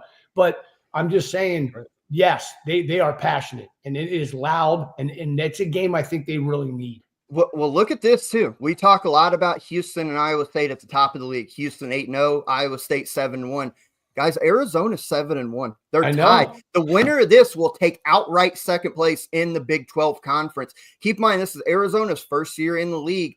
With their struggles back in November, December, the fact that we're talking about them again and kind of this like incredible turnaround, Trevor, you know, we know Caleb Love. We know if he's on, they've got a real shot. If he's kind of taking bad looks, not making stuff, then they're probably going to struggle. But Arizona is third in the conference in offense. They're second in effective field goal percentage, second in turnover percentage, so they're not turning the ball over in conference play. And they're second inside the three-point line, 55.3% from two-point land. They found something with this lineup right now. And I think being at home in a big environment on Big Monday, I think this is primed for an upset tomorrow night. Yeah, hard disagree. I'm 10 points the other direction. I think Iowa State's legit. I think this is the best this team has looked in Otz's time there. And this is a team, defense travels. We know that. Defense is going to travel other teams I'm going to get to later that defense won them the game. You know, defense won all over the country for road games this week. Like, there was just a ton of defense that did really well. And I don't think that stops now. Iowa State, I think the West Virginia game will look more and more like an anomaly the further and further away we get from it. It was 64-57, right? Like it's at West Virginia. But otherwise, their last loss was Auburn and Maui by 2. Like, this team is literally, they've lost by a margin of less than 10 points. Like, it's just insane to think of where they are now. 11th offense, 6th defense. And I mean, this Curtis Jones, like, he was 6th man of the year, maybe coming into the year. It's not really a real award to now, like, he's more than likely the Big 12 player of the year. Like, it's just an insane arc to think about when we thought, like, before the season, if you gave us each $50 to put it on an Iowa State player to win player of the year, it sure as heck wasn't going to be Curtis Jones. It was going to be Gilbert or Lipsy. And so, I mean, that trio might be the best guard trio in the country right now. I think that they can go in there. Arizona, I love Arizona. I'll get to a shout out for them later. I'll save it. But I think Iowa State's legit good. And I think this is a game that they kind of continue to prove their prowess. Yeah, I'm with Trevor on this one. I mean, aside from Trevor's guy, Anthony DeLorso, Arizona just doesn't have any shooting. And they're going to need Caleb Love to start hitting shots. But I think Iowa State's going to find a couple guys to put on Love, just really frustrate him and find a way to get him. I think I got Iowa State by, I think Trev said double digits. I agree entirely. I didn't say though. I was just saying, like, if Josh is thinking upset, Arizona wins by probably 3 to 5, and I'm thinking 10 points the other direction. Iowa State wins by like 8, whatever, right? To your point, though, yeah, that's good. I would love to know the spread if somebody can pull that up. One thing to think about, has like -2 Iowa State at this point. Okay, well, Vegas probably has a little bit higher. I think a dude we're not talking about enough in this matchup. Yeah, they could take Caleb Love away, but Jaden Bradley's been pretty solid. I wouldn't say he's been great, but look, in Big 12 play, he's getting double figures more than he's not, and he's been steady for him. I mean, three-point shooting isn't a concern, Michael. It for sure is. But I like to think Arizona obviously has a size advantage with, especially with Momcilovic out. Yeah, there's something. I think this game will be won if Arizona obviously hits, let's say 8, 9 threes. Maybe you don't have to make that, but crashes the offensive glass. Use that damn size. I know Toby Awaka's an undersized 5, but use him. Get something out of Henry Visar. Some of those bigger dudes, I think they can kind of bully them on the backboard, and that's how they're going to win this game. I was going to follow up Michael's comment with, like, Iowa State is elite at doing the one thing that will lose Arizona this game, and it's clamping up the guards. Like, Iowa State has an answer defensively for every single backcourt player. So I don't see a game even like script think that could even like play that out. Like, they would have to, like, to your point, I think the offensive rebounds is probably how they win the game. Like, obviously generating second shot, like we all know the kind of age old things, but yeah, I mean, like, Iowa State neutralizes, like, West Virginia beat them because they just surely outscored them down the stretch. Like, that's literally how that game ended. But Iowa State has the defense to lock up every single one of those players and make it hell for those 5. I think we'll split here. I think, Coach, did you go Arizona or did you go Iowa State? Let's split. I'll go Arizona. Yeah, I think sometimes you get a feeling momentum. I think this is primed for an upset. Especially Arizona, when I saw the Vegas line. I'm even more. I definitely like that. That's what I said. They probably have it a little bit different than it's only one, but I that tells me we're going down to the wire. This is going to be a ball game. Completely Vegas, agree. hey guys, Vegas isn't knocking down buildings; they're building more. No. That's a great line. I love that. Keep in mind this too, Michael. 3-point shooting a concern, but look at the number of points they've put up all year. They're doing that without shooting the ball well. If they hit 8 or 9 against Iowa State tomorrow night, I don't see Iowa State rallying from that. Like Arizona's scoring a shit ton of points without shooting the 3-ball well. That's kind of scary in a lot of ways. Let's talk about a couple Tuesday night games here. Number 18, St. John's on the road at Georgetown in an old school Big East kind of hate rivalry. I don't know if it's a rivalry, but in my mind it is. DeRosa, Georgetown struggled. I put the curse on them. I know. Yeah. But they've got another opportunity. They've got another opportunity on Tuesday night. Rick Pitino's team, we've talked about him the last couple of weeks, is really starting to figure things out. Despite not having great offense, that defense is elite. They have now won, 6 games in a row, 7 games in a row, 6 in a row since the Creighton loss. Do you have any good feelings or vibes about this game on Tuesday night? I think it's going to be a complete slugfest. The first one kind of was. I think this one will be too. The status of Davon Smith, I think, makes a huge difference in this game just because of the way St. John's wants to play. They want to press you for as much as possible. He's really another long, athletic, good driver. I think his status makes a strong difference in this game. It seemed like he was going to play for a little while. Yesterday, we got an update, and it's like, I'm not so sure about that. So that's definitely something I'm watching going forward. I could see Georgetown winning this game just because I think Georgetown's one of those teams that plays down to their competition. They play up to their competition. I think they're going to be up for this game. This just seems like a weird spot. But I think St. John's didn't play since the Xavier game, so they had the week off. So I think that could help them prepare for this matchup. Well, Georgetown had to go to Providence and just kind of laid an egg, frankly. I don't know. I don't think Georgetown matches up poorly if they're without Smith. So give me, you know what? Everyone else is going to go St. John's. I'll go Georgetown just to be different. Hoya paranoia, baby. I got the Hoyas. Oh, okay. Well, I'll go opposite, Jinx. I'll go the Johnnies and Rick Pitino. Maybe that'll help you out. But look, defensively, like we've talked, Georgetown has those stretches where they go 5, 6, 7 minutes, sometimes without a made field goal. It's going to be hard to do that against Rick Pitino's defense the way they're playing right now. They got to score and just keep scoring and finding ways, even if it's at the free throw line, find ways to see the ball go in the bucket. I don't know if they'll be able to do it for 40 minutes. Yesterday's loss at Providence was ugly. That's not a good loss at all. So I think they're reeling off that. The Johnnies win pretty comfortably Tuesday night. Yeah, I'm not trying to reverse jinx anything, Michael. Earmuffs. I think the Johnnies suffocate them. I think they win. Yeah. Also on Tuesday night. I've been waiting for this for an hour and 17 minutes. No.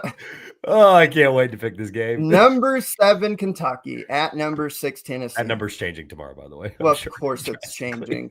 I don't know if I'm not even going to say that. I don't know where I'm going to throw them at. But this top 25 is going to be awful. Like, it's going to be crazy. Kentucky at Tennessee, big rivalry game. And I'll say this. I'll just keep it short and sweet. Kentucky has to make shots. They have to get on the glass, and they have to win at least the majority of 50-50 balls. Can they shoot the 3-point shot well? Of course they can.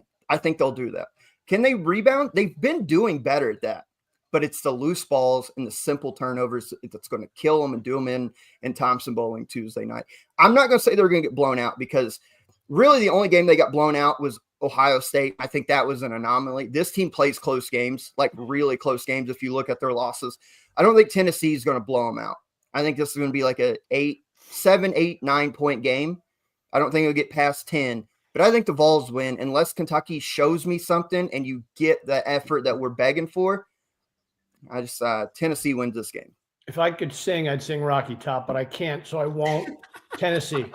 That was the line of the day right there. That was awesome. Oh man, Josh, earmuffs. No, I'm listening. I'm good. I'm good. Man, I struggle with this game because as I've laid out before, like I've when the highs are high, I am wildcat paranoia, whatever the saying is. I don't know. There's no Hoya. I love the Hoya paranoia. It just rhymes perfectly. It's great. Sure. I have nothing for Kentucky in that regard. I apologize. But the problem for me is the arrow's pointing down for me with Tennessee lately. It just is. I'm not impressed with offense. I think there's just a lot they have to fix that I don't necessarily think they can fix overnight.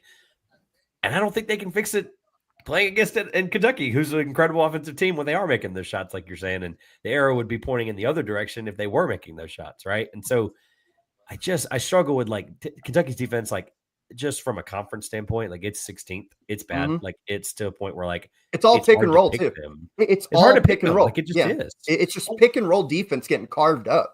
Well, as somebody who watched Mario Williams up close very much last year, as you guys know, I was very high on him coming into this season for Kentucky because I don't know, 3-time CAA Defensive Player of the Year is not something you just randomly stumble across. You have to be elite, and so I'm really surprised by some of that.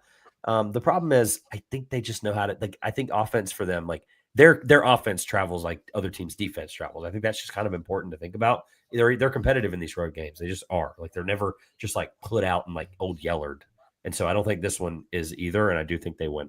I think they're going to win by, we don't have to give the number, I'm sure, but sometime I think they can win within 5.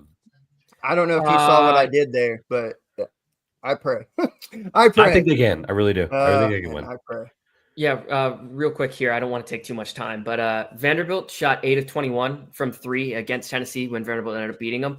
The next best team this season from 3 is Syracuse at 31.6%. Then there's nobody else above 30.3%. I think this is the worst matchup for Kentucky in the entire SEC. I got Tennessee here. Look, I will say this. They will that Tennessee stat's going to be challenged just because there's so many dudes who can make threes. Yeah. Like as much as I'm down right now, let's not kid ourselves that we've seen Lamont Butler go 6-6 against, or sorry, 7-7 against Louisville. We've seen Jackson Robinson shoot. We know Kobe Brea. Ainsley Almanor's in the lineup. He's shooting well. I don't think shooting's going to be the concern as much as it's going to be the toughness factor. If they lose this game, it will be because they get outworked on loose balls and 50-50 balls. That's where it's going to get beat at. I worry that, and like I mentioned, Tennessee, like I said, the arrow. I mean, look, Gainey and Lanier, like if those two aren't making shots, like their offense is like it's just bottom stagnant. It's awful. Yeah. And so I think if you get in the final 4 minutes, it's a close game. I get home court advantage is important, but if Kentucky makes 2 threes, that entire environment changes. Mm-hmm. And I think they can do that, and I don't think Tennessee can. And I think if the game goes the way I think it will, because I think we all agree it's a close game. I think it's a close game. I think this just down the stretch, it'll just be one of those ones, like it always is with these two in recent memory when they're good.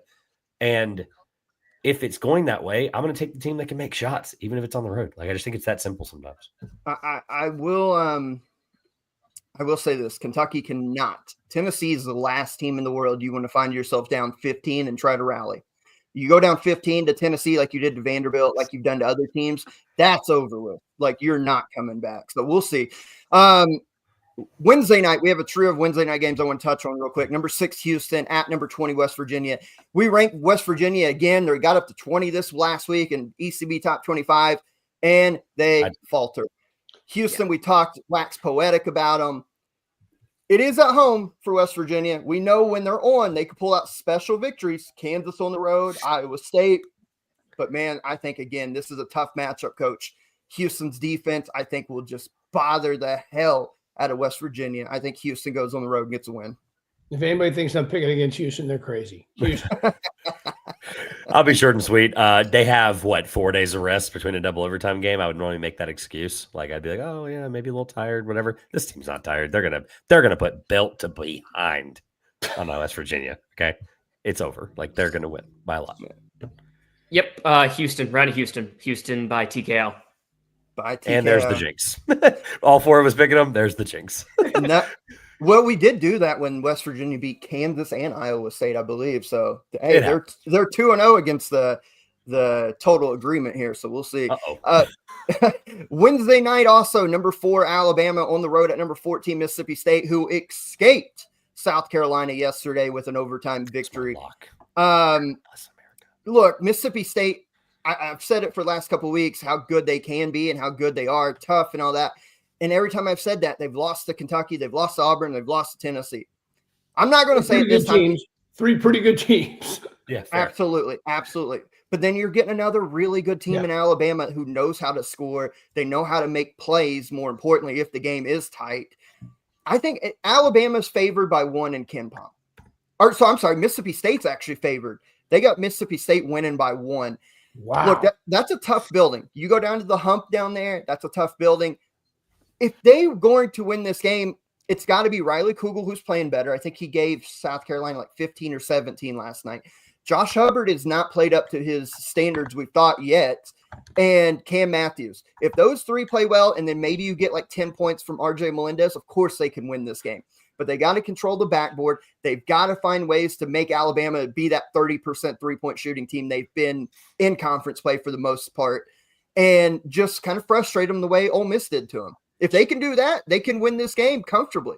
But I don't think so. Alabama has figured themselves out. They know who they are. Alabama on the road. I'm going against my Vegas theory here of the Mississippi State -1. I'm going to take Alabama because I just think they're that much better. Right. Michael, go ahead. I have a moment on this one. All right. If this wasn't on the rundown, I'm going to pick another game. This would be my bank on it. I got Mississippi State here. I think they match up really well. I think the guards, just positional size. I don't think Alabama's a team that can take advantage of them the way some other teams can. I think Mississippi State's going to win this from toughness, and they got those guards are dudes too. And we see Mark Sears. He's kind of like he was benched late in that game Alabama played this weekend. So I got some questions there. I think this is a spot Mississippi State catches them. I got Mississippi State by like 7 to 10 points. Hey, I love it, man. I love it. I'll try to be short and sweet. I'll catch Coach up really quick. Every year so far, there is a team that I cannot predict. I will literally go 0 on the season. Last year it was Alabama. I picked out against Alabama or for Alabama 7 different occasions, and I was 0-7. So far, Mississippi State is in the lead right now for the most, oh my God, Trevor can't get this damn team right pick. And so here's my thing I'm laying out for a second, okay? Every game I picked Mississippi State in, they've done the opposite, okay? I just look at their recent schedule. Kentucky, Auburn, Tennessee, 3 losses. Picked them against Butler, too, and look how that turned out. Shout out Butler. But my problem is, like, the LSU halftime result, I texted y'all last night, like, LSU, Alabama tied at halftime, just like we all expected, right? Alabama they're just, I think they just played with their food last night. I think that's really what that was.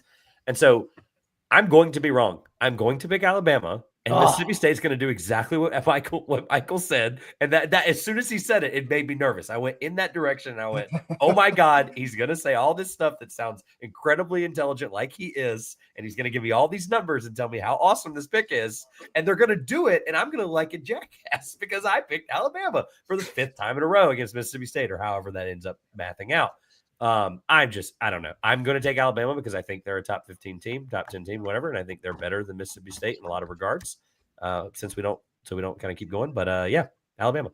And I'm going to be wrong. I'll give you a couple more numbers. Alabama doesn't turn teams over. Mississippi State also doesn't turn the ball over. On the other side, Mississippi State's really good at forcing a turnover. I think they're going to get Alabama. This is what I'm talking about. I really like this matchup for Mississippi State. Look, as somebody who's watched Mississippi State, I like the other 3, buddy. I like the other 3. Somebody who's watched Mississippi State quite a bit this year, they win games because they are tough on the backboard.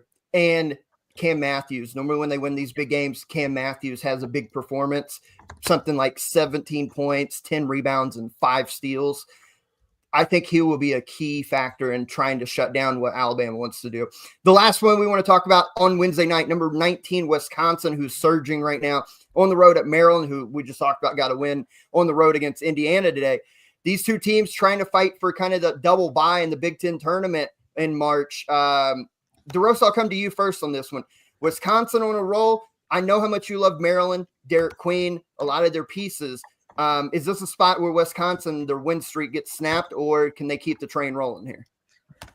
I got Maryland. I like this Maryland team quite a bit, and I think defensively they present Wisconsin a lot of problems, just a ton of positional size. And I just think Derek Queen. I don't think Wisconsin has any match for Derek Queen. I think this is a game like it's probably going to be Crowell on him. I just think that's barbecue chicken alert. I think Derek Queen has a huge game. I think he shows why he's one of the 5 to 7 best freshmen in the country, somewhere around that range. I got Maryland. I'm going to go Maryland. Yeah, Maryland by like 7.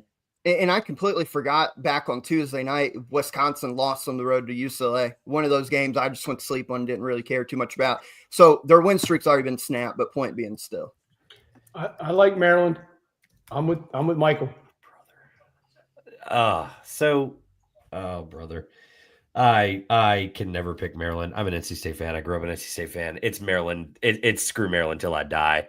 But my God, they're the better basketball team right now. They're playing really well. They just won 2 in a row here. Wisconsin's blowing Nebraska, the brakes off Nebraska right now. And so obviously the trend would say, oh, maybe pick the team that's feeling good on the Sunday here. But I'm going to pick Maryland begrudgingly just because I think they have the best player in the matchup. And I don't like it, and I feel sick. Let's go to bank on it here. And you talked about Alabama playing with their food against LSU last night. Guys, I know LSU is 1-5 in the league. But my bank on it on Wednesday night, not that they beat Auburn. I think that would be dumb to say. I think they keep this way more competitive than people think. My bank on is LSU keeps this within a 2-score game the entire time with Auburn, especially the final finish there. They're projected to lose by 13, but they lose on the road to Alabama by 7. They lose on the road to Texas A&M by 11. They've lost to Ole Miss by 12. They've lost to Missouri. That one got away from 16. They lost to Vanderbilt by 8. They are very competitive. They are very competitive. They've not got the wins. I think this is a decent team. Victorious Miller, when he's on, he's really good. Cam Carter, Damian Collins, shout out Damian. Follow him, obviously, when he was at Kentucky. Super athletic. He's starting to figure it out now that he's fully healthy. I think Auburn wins that game, but I think LSU will surprise a lot of people. Bank on it. They keep that game within 2 scores. Probably like 5-6 points. My bank on it is, I don't even know what night it is. Wednesday night, maybe. Oregon State wins at Gonzaga. Bank on it. Yes. I almost added that to the list. Yes, I love that. Did that happen already? They haven't played yet, right? Let me look it up real quick. Did Oregon State catch it? They already lost. Yeah, Oregon State already won the last one. Yeah. In overtime, 97-89. So going for the sweep, Coach. I love that. I love that pick. Mike, good. I would. This is where I would have put Mississippi State, but I already said it. So I'm going to go with the team that burnt me really bad Friday. I had a bet on this game. I had St. Bonaventure plus 12.5. They went at halftime up 10. They lost by 14. That one hurt the heart. I'm going back. I love this Bonnie's team. They're going to beat Dayton. Bank on it. They are beating Dayton. Nobody got me. I know my Bonnies. I know Mark Schmidt got me. They're beating Dayton. The Adrian Woj effect there. That's what you get for betting against Ryan Odom. Earmuffs, kids. Georgetown and Wake Forest both lose by 20. So Louisville and St. John's both win by 20. Bank on it. One on the road, one at home. Louisville's got Wake Forest at home on Tuesday, I think. All right, shout out time here, and I'll keep mine. I've got 4, but I'll keep them short and sweet. Trey Johnson, 30 balled, Texas A&M, that incredible comeback. That dude, wrote about him in the magazine. He is phenomenal. He's real. If he was in any other freshman class that didn't include Cooper Flagg and Ace Bailey, he's probably National Freshman of the Year. He's that good. I've shouted this team out and this player out before. Jalen Jackson from IPFW, Purdue Fort Wayne. 38 points, 7 rebounds, 6 assists, 2 steals, 1 block, and a 91-80 victory over IU Indy. I've said it before, and I'll say it again. If Purdue Fort Wayne can come out of the Horizon League, if they're that team that's like a 13 or 14, 15 seed, they will give matchup nightmares with those collection of guards they've got to whoever's across from them in that bracket. Purdue Fort Wayne is really good. Jalen Jackson went off yesterday. Morehead State moves to 8-2 in the Ohio Valley Conference. Why is that important? They lose all their talent from last year that won the league and won the conference championship. They lost Riley Minix, one of their best players of all time. They lost their guy, Drew Thelwell, who's at Iowa now. They had to replace a lot of pieces, and they're back at the top of the Ohio Valley Conference. Morehead State just keeps on rolling. I can't wait to see them in March in Evansville at that OVC tournament again. Maybe they'll be there. And then Tyler Tanner, I talked about him, the freshman for Vanderbilt, 7 points, 4 assists, 2 steals, defensively all over the place, really helped propel Vanderbilt down the stretch to the victory. Those are my 4 shout-outs. Who's got next? I'll go. Let's hear them. I have a bunch, but I'll go quick. Nebraska, Omaha, 9 in a row. Shout out, Nebraska, Omaha. Yeah. Awesome. Plus, their post-game locker room celebrations are hilarious with their coach. Oh, with the trash can. Hilarious. So Second one. He was swinging a baseball bat, Coach. You saw that? No, this dude's like a foot from him. No, it's wild. Things are flying around. It's crazy. Oh, you're going to hit a kid, break his shin. Nelly Joseph, New Mexico, 22 points, 18 rebounds, and a win at UNLV. Big one. Yes. Cornell wins at Princeton. First-year coach, John Jakes. They've won 4 of 5, won at Princeton. Very impressive. Shout out to John. Coached against when he was in high school at Harvard Westlake in California. And the last one, Cal Poly Slow. Yeah. Broke a 46-game conference losing streak with a win against Long Beach State. Those are my shout-outs. Mike? Love it. Yeah, I'm going to stick in one same game Coach mentioned to start mine. I got 4 quick ones. Donovan Dent had 34 in that New Mexico UNLV game. That's, again, Donovan Dent's one of the best guards that we're not talking enough about. He is a top 5, 7, 10, and that's even disrespectful, maybe a point guard in the country. Shout out to him.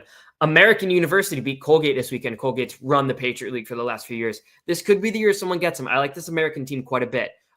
Very competitive game late. Matt Rogers made some plays. He's a matchup nightmare in that Patriot League. I don't think either of these teams are going to win a game in the tournament, obviously, but I think this could be the year we don't see Colgate as a free 14 seed. Pierre Brooks at Butler, career day, 29 points, 13 boards, both career highs for him. Shout out to him. He helped Butler beat DePaul, get their second conference win. He was really impressive in that game. Shout out to him. And lastly, I've mentioned this guy quite a bit, and frankly, I didn't even know he played this well this weekend until I was just scrolling through, making sure I didn't miss anything.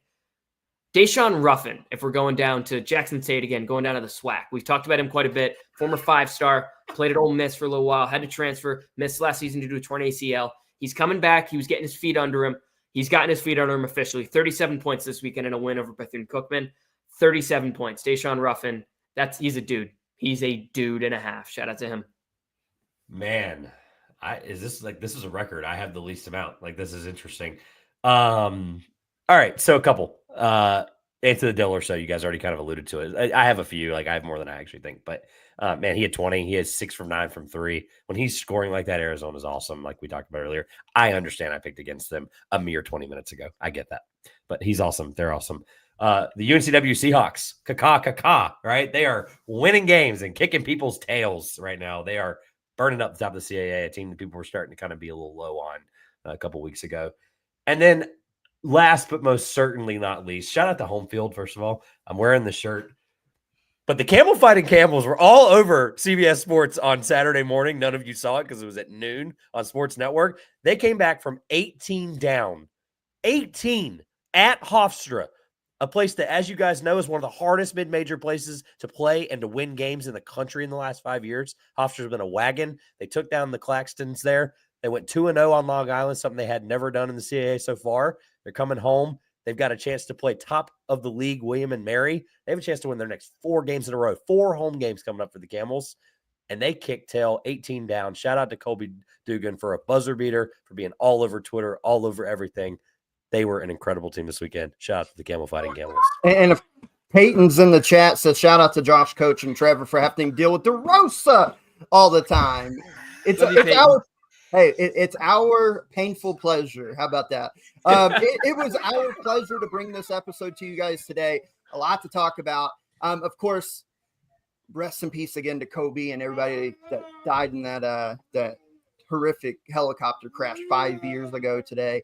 And yeah, man, it's been fun. We're marching on, as we talked about. 7 weeks from today, we will be looking at bracketology for Selection Sunday. The brackets will be officially revealed 7 weeks from today. Does not seem like it's already that time. We're almost into February. Cannot wait to talk to you guys on Thursday for episode 213.